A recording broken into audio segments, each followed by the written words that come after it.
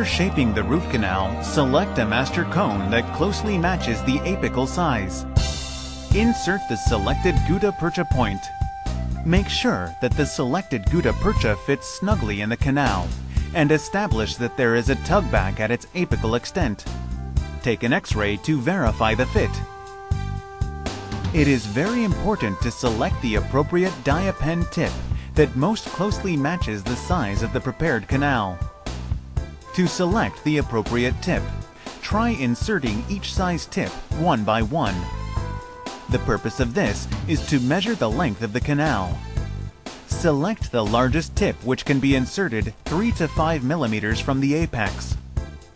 Once the appropriate tip is selected, move and set the endo stop according to the measured length. To select an appropriate size for the hand plugger, insert the hand plugger and match it to the dia pen tip size. Coat the fitted master cone with sealer and insert the cone repeatedly into the canal 2 to 3 times. This will help eliminating any gaps between the gutta percha and the surface of the canal. Turn on dia pen by pressing the power button. Place pen tip in the orifice of the canal and activate dia pen by pressing the operation button. Using the activated pen tip, cut the gutta percha cone. It takes less than 1 second to reach the set temperature once the operation button is pressed. Be careful not to come in direct contact with the tip, which may be extremely hot. After cutting the master cone, use the selected hand plugger to condense the softened material. Place the endo stop on the pen tip 1 millimeter shorter than the pre-measured working length. Insert and advance the heated pen tip to condense the gutta percha to within 3 to 4 millimeters of the binding point. Softened gutta percha cone material will fill the root canal.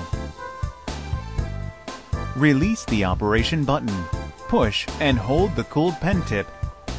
Packing down and applying pressure to the melted gutta percha ensures all the lateral and accessory canals are filled. Reheat the pen tip by pressing the operation button for half a second.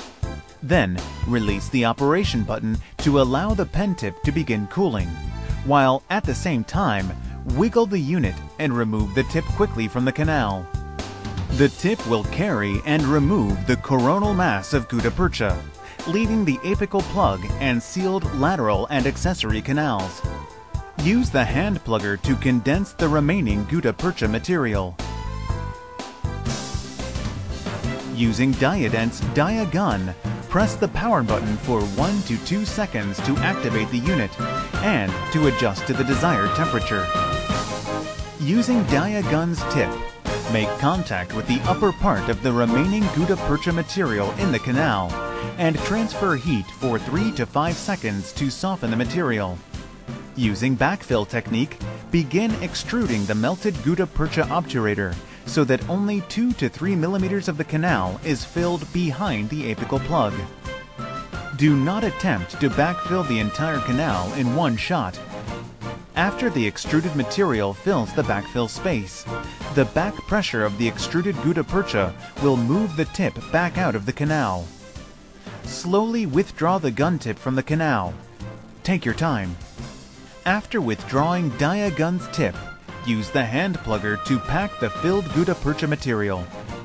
Repeat the backfilling process using Dia Gun's heated tip to make contact with the upper part of the previously extruded gutta percha obturator.